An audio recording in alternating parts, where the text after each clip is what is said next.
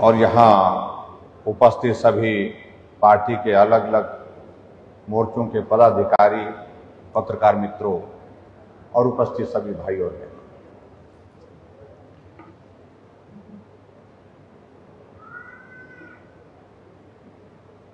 जैसा मुझसे पहले हमारे साथियों ने आपके बीच में जिक्र किया,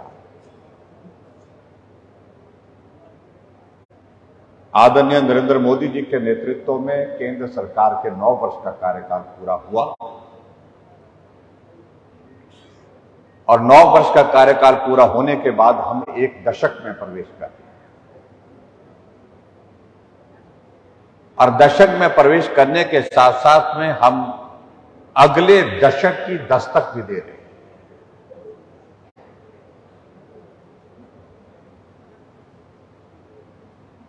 इन 9 वर्षों में हमारी पार्टी ने क्या किया, हमारे नेतृत्व ने क्या किया देश के अंदर, प्रदेश के अंदर,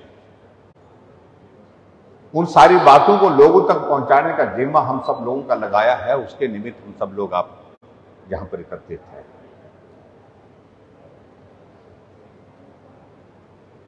आज का ये कार्यक्रम हमारे जितने मोर्चे होते हैं पार्टी के अंदर, उन मोर्चों का ये, इस लोकसभा क्षेत्र का ये कार्यक्रम है। अगर मोर्चों का मैं जिक्र कर रहा हूं तो उसका मतलब स्वाभाविक रूप से हमको समझना होगा, जब पार्टी बन गई तो मोर्चों की जरूरत क्या है।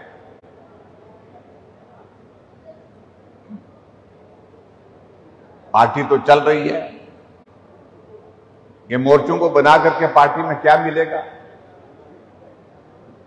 सबसे पहले तो इसी सारे विषय को लेकर के हमको स्पष्ट होने की आवश्यकता है कि मोर्चों की आवश्यकता क्यों। मोर्चों की आवश्यकता इसलिए ताकि समाज के हर वर्ग में हम काम करने के लिए नेतृत्व खड़ा कर सके। मोर्चों की आवश्यकता इसलिए ताकि समाज के हर वर्ग में जो इश्यूज हैं, जो मुद्दे हैं, उन मुद्दों को हम समझ सकें, उनका समाधान कर सकें। और पार्टी में मोर्चों का काम एक तरह से इस प्रकार का हुआ कि जैसे एक शरीर है, शरीर के साथ हमारी अलग अलग जो अंग है, हाथ है, बाजू है, आंखें हैं, कान हैं, जो सारे शरीर की सारी व्यवस्था को संचालित करते हैं, काम में सहयोग करते हैं, वही काम मोर्चों का है। अगर मैं कहूं यही मोर्चे हमारे हाथ का काम करते हैं, बाजू का काम करते हैं, हमारी आंखों का काम करते हैं, हमारे दिमाग का काम करते हैं, तभी जाकर के अगर हम बात कहें, अगर सभी शरीर के अंग स्वस्थ होंगे तो स्वाभाविक रूप से शरीर भी स्वस्थ होगा, शरीर काम करने की परिस्थिति में हो पाएगा। सही मायने में ये भूमिका मोर्चों की है। हमारे महिला मोर्चा का जिम्मे महिलाओं के मुद्दों को लेकर के हम किस प्रकार से बेहतर ढंग से काम कर सकते हैं। आदरणीय नरेंद्र मोदी जी के 9 वर्ष के इस कार्यकाल में महिलाओं के उत्थान के लिए पूरे देश भर में क्या हुआ, इन बातों को लेकर के महिलाओं के बीच में प्रभावी ढंग से काम करने का जिम्मा अगर किसके पास है तो वो महिला मोर्चा है। हमारे युवा मोर्चा है। इस देश के सबसे लोकप्रिय प्रधानमंत्री अगर युवाओं के बीच में है तो नाम एक है, जिनका नाम नरेंद्र भाई मोदी है। और युवाओं को प्रोत्साहित करने के लिए, युवा नेतृत्व को खड़ा करने के लिए, आगे बढ़ाने के लिए, युवाओं को रोजगार देने के लिए, युवाओं को एंटरप्रेन्योर बनाने के लिए जो आदरणीय प्रधानमंत्री नरेंद्र भाई मोदी जी ने 9 वर्ष के इस कार्यकाल में काम किया है, उन तमाम बातों को लेकर के युवा मोर्चा युवाओं के बीच में काम कर सके, ताकि युवा मोर्चा अपना नेतृत्व भी खड़ा करे और नेतृत्व खड़ा करने के साथ साथ में युवा मोर्चा उन मुद्दों को लेकर के युवाओं के साथ काम कर सके। और इसी तरह से हमारा एससी मोर्चा है, हमारा शेड्यूल ट्राइब है, और इसी तरह से हमारे ओबीसी मोर्चा है, अल्पसंख्यक मोर्चा है, सबके बीच में इस प्रकार से काम करने का जिम्मा हमने युवा सभी मोर्चों को, जितने भी मोर्चे हैं हमारे, उन सबके नेतृत्व को दे रखा है। इसलिए पार्टी ने तय किया कि क्या हम सबके साथ एक साथ बात कर सकते हैं। सभी मोर्चों को इकट्ठा बुला करके एक जगह सामूहिक रूप से बात करने का निर्णय किया और उसी के निमित्त आज आपके इस लोकसभा क्षेत्र का कार्यक्रम यहां पर रखा गया है। और मैं आप सबको बहुत बहुत बधाई देता हूं कि हरियाणा एक ऐसा प्रदेश, जिस प्रदेश में हमारी पार्टी की स्थिति किसी जमाने में अच्छी नहीं हुआ करती थी। विधानसभा के चुनाव लड़ते थे, अधिकांश सीटों पर जमानत जब्त होती थी। यह भी दौर हमने देखा है, बहुत पुराना नहीं, ये दौर अभी का 10, 12, 15 साल पुराने का दौर है। लेकिन आज दौर ऐसा भी आया है कि उसी प्रदेश में भारतीय जनता पार्टी की सरकार एक बार 5 वर्ष का कार्यकाल आदरणीय मनोहर लाल जी के नेतृत्व में पूर्ण करने के पश्चात दूसरा कार्यकाल पूरा करने जा रही है। और दूसरी बात में अगर कहूं, अगर 9 वर्ष का कार्यकाल आदरणीय नरेंद्र भाई मोदी जी का पूरे देश के लिए समर्पित होकर के पूरा हो रहा है, तो 9 वर्ष का कार्यकाल भारतीय जनता पार्टी की सरकार का हरियाणा में भी पूरा होने की दिशा में आगे बढ़ रहा है। शायद अक्टूबर के महीने में आपका 9 वर्ष का कार्यकाल पूरा होगा। अगर इस सारी चीज के लिए अगर श्रेय जाता है तो आप सब भाई बहनों को जाता है जिन्होंने पार्टी के लिए संगठित होकर के काम किया। अगर इसका श्रेय जाता है कि हमारे देश के यशस्वी प्रधानमंत्री नरेंद्र मोदी जी को जाता है, जिनके नेतृत्व में जहां देश आगे बढ़ रहा है वहां हरियाणा भी आगे बढ़ रहा है, हरियाणा में पार्टी भी आगे बढ़ रही है। इस बात की हमको प्रसन्नता है।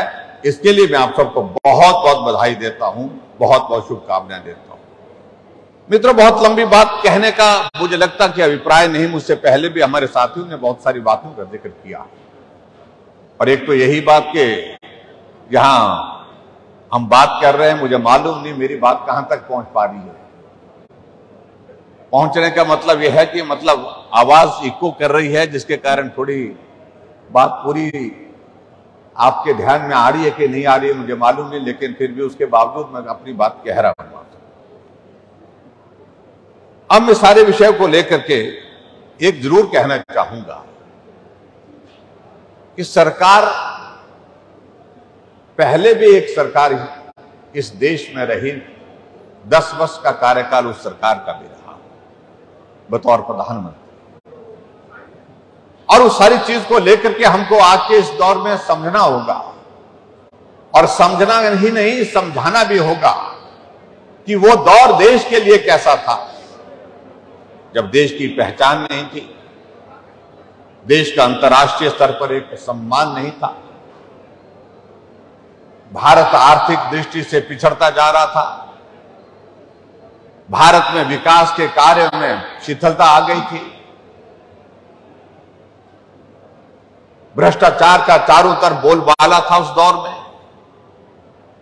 और ऐसी परिस्थिति में देश को एक आवश्यकता महसूस हुई कि एक मजबूत और ईमानदार नेतृत्व देश की आवश्यकता है। उसको पूरा कोई व्यक्ति अगर कर सकता है, और वो नजर टेकी हमारे नरेंद्र भाई मोदी जी के ऊपर।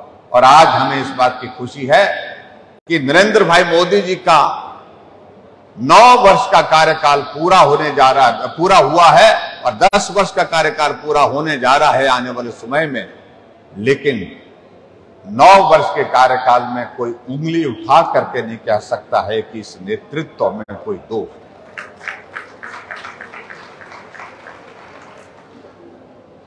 हमारे लिए देश के प्रधानमंत्री हैं,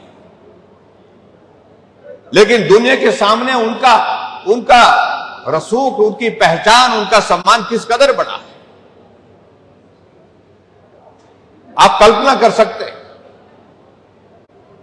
आज अंतर्राष्ट्रीय मंच पर अगर हमारे देश के प्रधानमंत्री कहीं भी खड़े होते हैं, जो बड़े बड़े देश, साधन संपन्न देश जो हैं, उनका नेतृत्व नरेंद्र भाई मोदी जी के साथ मंच पर एक फोटो लेने के लिए, उनके साथ बात करने के लिए ललायित होता है। लेकिन ऐसा भी दौर था हमारे देश के सामने जब भारत का प्रधानमंत्री मंच पर उपस्थित होते थे, और प्रधानमंत्री के नाते मेरा सभी के प्रति सम्मान है, लेकिन किसी का कदम आगे नहीं बढ़ता था उस दिशा में, और मिलने का मन नहीं करता था। यह भी एक परिस्थिति रही है इस भारत पर। और आज अगर नरेंद्र मोदी जी अंतर्राष्ट्रीय मंच पर कहीं भी अगर खड़े होते हैं, दुनिया के बड़े से बड़े नेता अपने आप को रोक नहीं पाते, अपने पांव को रोक नहीं पाते हैं। पांव स्वतः अपने आप चलते हैं, उस दिशा में चलते हैं जहां नरेंद्र भाई मोदी जी खड़े हैं, उनसे बात करने के लिए, उनके साथ फोटो खींचने।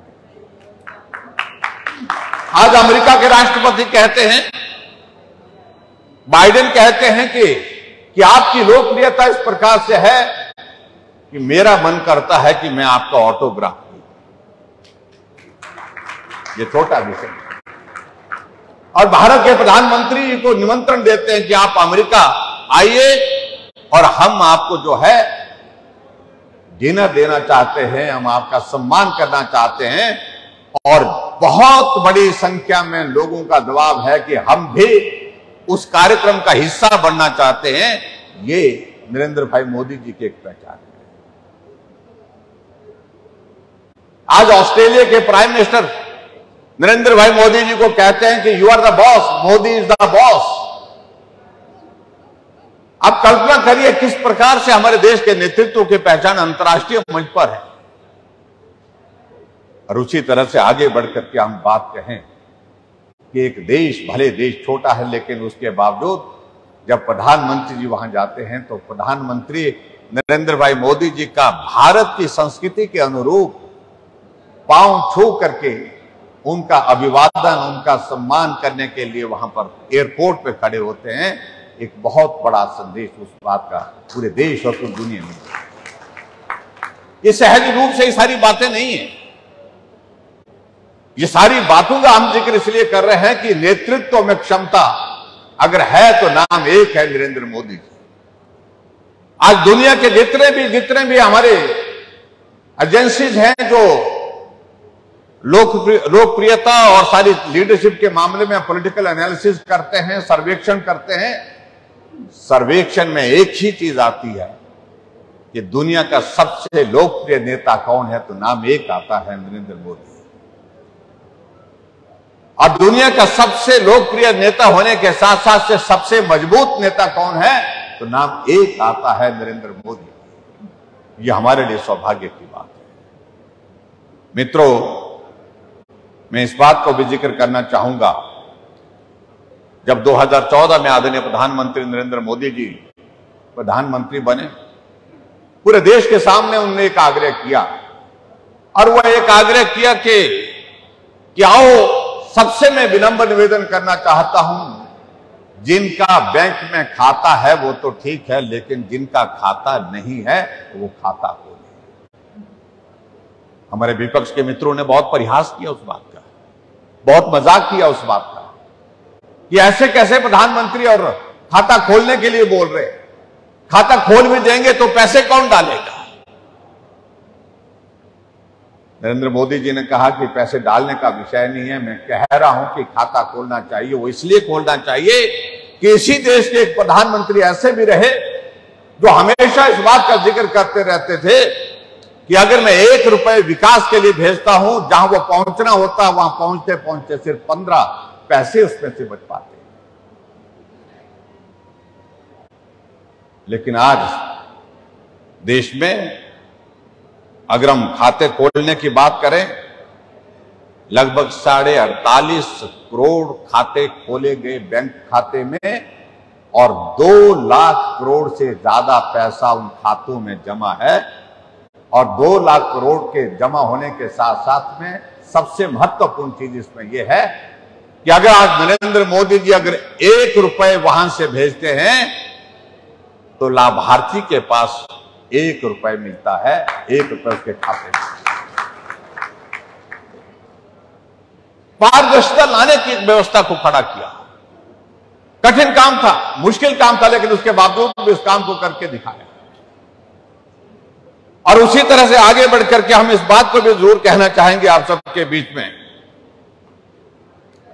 आज यही भारत है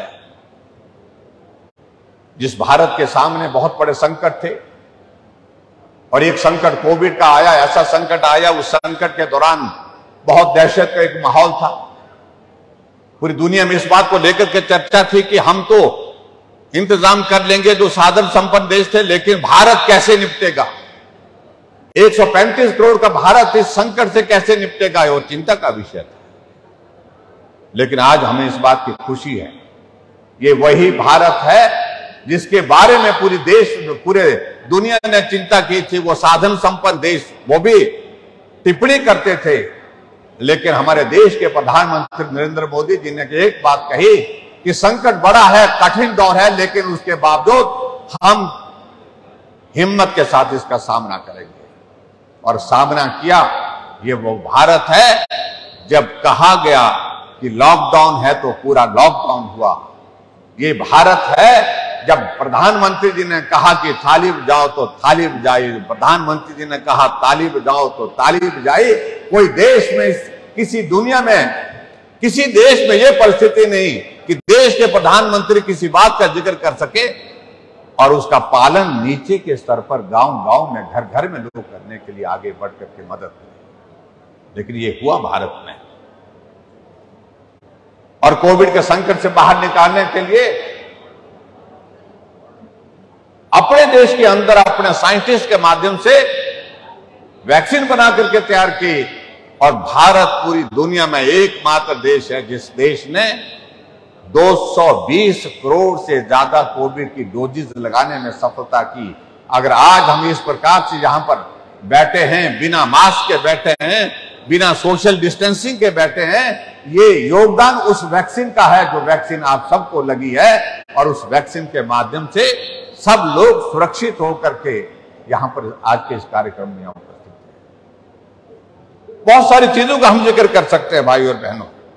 और उस कोविड के दौरान ये भी बात आई कि बहुत सारे लोगों के लिए राशन 2 वक्त का वो कैसे मुहैया कराए, और उस वक्त शुरुआत की।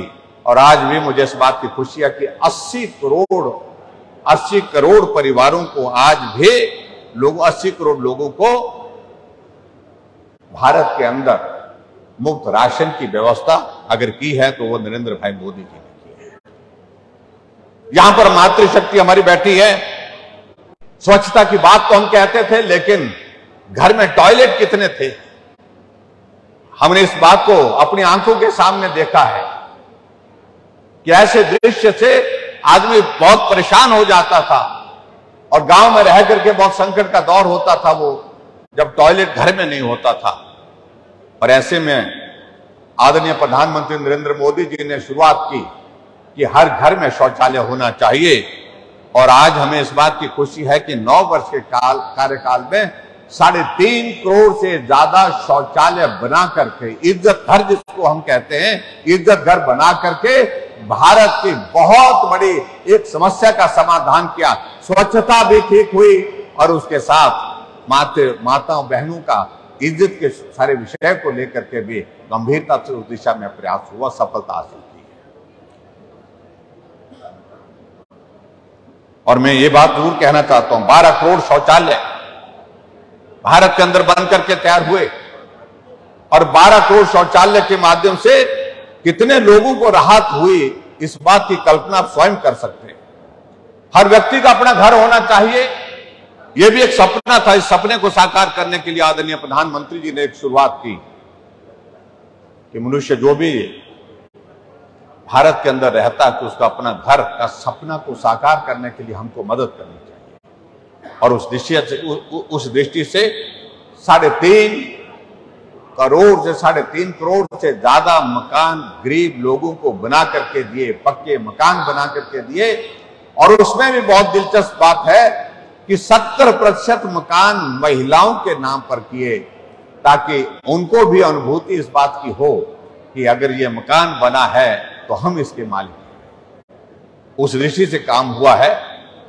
और हर घर में नल से जल, इस काम को भी अंजाम दिया। लगभग 12 करोड़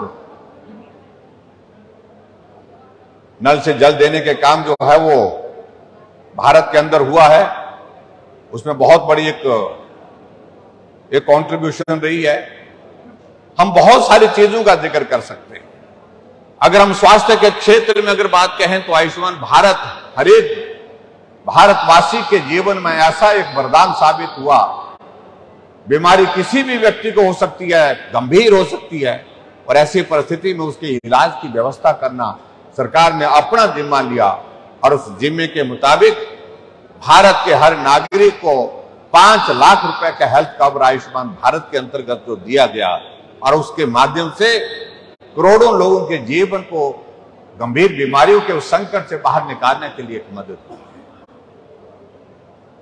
गैस का कनेक्शन, हर घर में गैस का कनेक्शन हो, पर्यावरण स्वच्छ रहे, माता बहनें जंगलों में जाकर के लकड़ी काट करके लाती थी, चूल्हा जलाती थी, धुएं से उनके स्वास्थ्य पर विपरीत असर पड़ता था, और ऐसी परिस्थिति में जंगल भी बचे और उस धुएं के कारण हमारी माताओं बहनों का स्वास्थ्य भी ठीक रहे। उसे बचाओ कैसे हो सकता है? तो रास्ता एक निकला, तो पूरे देश के लिए उज्ज्वला योजना की शुरुआत हुई, और अब मुझे इस बात की खुशी है 9 करोड़ 60 लाख गैस के कनेक्शन दे करके पूरे भारत में हर घर में गैस का चूल्हा पहुंचाने में बहुत महत्वपूर्ण भूमिका उस दृष्टि से निभाई। ये भी एक बहुत बड़ा योगदान उस दृष्टि से रहा। आज दुनिया में भारत आर्थिक दृष्टि से बहुत मजबूती से आगे बढ़ रहा है। आज पूरी दुनिया में भारत 5वें नंबर पर आ गया। भारत की इकॉनमी 5वें स्थान पर आ गई, और हमसे पहले, इससे पहले 9 वर्ष से पहले जो है हम 11वें नंबर पर, 12वें नंबर पर हुआ करते थे। आज हम भारत की 5th इकॉनमी है। और सबसे बड़ी बात तो उसमें यह है, जो अंग्रेज हम पर 200 वर्ष तक शासन करके गए, वो हमसे बाद हैं, उनसे भी ऊपर अगर आज भारत निकला है, तो उसके लिए अगर किसी व्यक्ति का अगर योगदान रहा, किसी नेतृत्व का सबसे बड़ा योगदान रहा, तो वो योगदान हमारे देश के यशस्वी प्रधानमंत्री नरेंद्र मोदी जी के रहा। बहुत सारी चीजों को लेकर के भाई और बहनों हम बात कर सकते हैं। मैं समझता हूं कि वो बहुत लंबा जाएगा विषय। आज के इस कार्यक्रम में जो हम आप सबके बीच में बात करने के लिए यहां पर आए कि दौर आ गया है कि 2024 की शुरुआत करनी, तैयारी की शुरुआत करनी, और इसलिए सबसे महत्वपूर्ण है कि जब तक हमारी सेना तैयार नहीं होगी, ये मोर्चा एक तरह की हमारी सेना है। जब आप सैनिक के रूप में आप लोग तैयार नहीं होंगे तो स्वाभाविक रूप से चाहे लड़ाई कितनी भी सरल हो, उसको नहीं जीता जा सकता। लेकिन जब मोर्चा मजबूत हो, चाहे वो युवा मोर्चा है, महिला मोर्चा है, अनुसूचित जाति मोर्चा है, चाहे अल्पसंख्यक मोर्चा है, चाहे हमारा ओबीसी मोर्चा है, जितने भी मोर्चे हैं, अगर मोर्चा मजबूत होगा तो जीत को कोई ताकत रोक नहीं सकती। इस बात को हम दावे के साथ कह सकते हैं। उसी के निमित्त आज हम यहां पर मैं हरियाणा की बातें सुनता रहता हूं, पड़ोस में रहता हूं। आज सुबह से भी हम पार्टी के सब साथियों के साथ बैठ करके बातचीत कर रहे थे। अगर विकास की अगर हम बात कहें, काम की अगर बात कहें, मैं दावे के साथ कह सकता हूं कि इन 9 वर्षों में जहां देश में विकास की सारी जो आज से पहले किए गए काम जो है उसके रिकॉर्ड को तोड़ दिया गया, तो यहां हरियाणा में भी 9 वर्ष के इस कार्यकाल जो पूरा होने जा रहा है, विकास के मामले में मैं दावे के साथ कह सकता हूं कि हरियाणा ने भी सारे पिछले तमाम रिकॉर्ड तोड़ करके हरियाणा को बहुत आगे विकास की दृष्टि से पहुंचाया है। लेकिन विकास एक जगह है, उसका हम जिक्र कर सकते हैं। आज ऑल इंडिया मेडिकल इंस्टीट्यूट बन रहा है, आज IIT बन रही है, IIM बन रहे हैं, आज हॉस्पिटल खुल रहे हैं, 4 लेन्स बन रहे हैं, रेलवे कनेक्टिविटी बढ़ रही है, एयरपोर्ट बन रहे हैं। ये सारी एक जगह ये सारी चीजें हैं, और हरियाणा निश्चित रूप से मैं कह सकता हूं कि एक राज्य जो है ऐसा राज्य है जो बहुत सारे राज्यों के लिए एक बहुत बड़ा उदाहरण है, क्योंकि आर्थिक दृष्टि से अगर मजबूत राज्यों में से कोई राज्य अगर आज भी इस देश के अंदर है, उसमें हरियाणा एक राज्य है जिसमें आर्थिक दृष्टि से बहुत मजबूती है। विकास की कोई सीमा होती नहीं, लेकिन उसके बावजूद भी मैं इस बात को कह सकता हूं, जो किया जा सकता वो हरियाणा के अंदर हुआ है। आदरणीय नरेंद्र भाई मोदी जी ने हरियाणा प्रदेश के विकास के किसी प्रकार की कोई कमी नहीं छोड़ी, और यहां हमारे प्रदेश के माननीय मुख्यमंत्री आदरणीय मनोहर लाल जी ने भी कोई कसर नहीं छोड़ी। जो अपने स्तर पर कर सकते थे वो अपने स्तर पर किया, और जिसमें केंद्र के आशीर्वाद की जरूरत थी, सहयोग की आवश्यकता थी, वो केंद्र के सहयोग नरेंद्र भाई मोदी जी की मदद से किया। लेकिन हरियाणा पीछे नहीं रहना चाहिए। इसके लिए बेहतर कैसे कर सकते हैं, इसमें ना कमी नरेंद्र भाई मोदी जी ने छोड़ी, ना ही भाई मनोहर लाल जी ने छोड़ी। लेकिन इस क्रम को हमने आने वाले समय में जारी रखना है।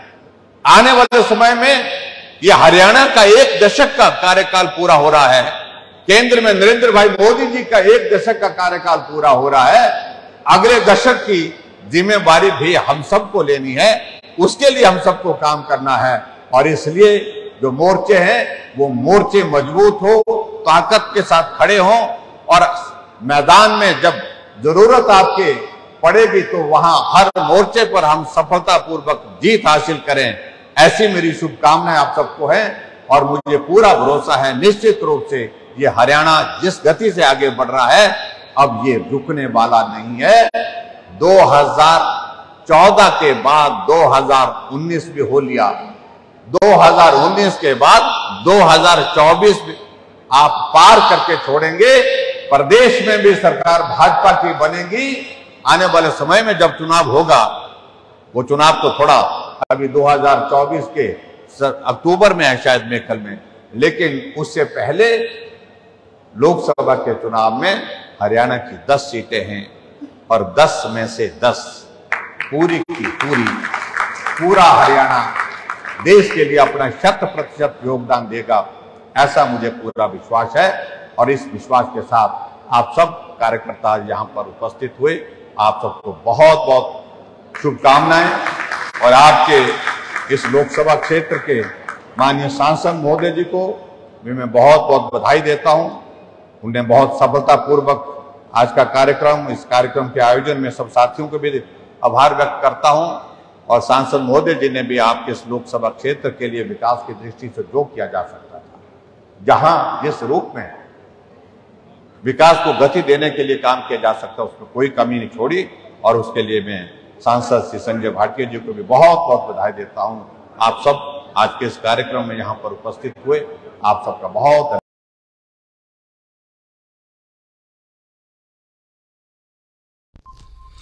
लेकर चले अमर मंथन खबर को अपने संग। लाइक करें, कमेंट करें, शेयर करें और फॉलो करना ना भूलें। अमर मंथन खबर आपका अपना चैनल।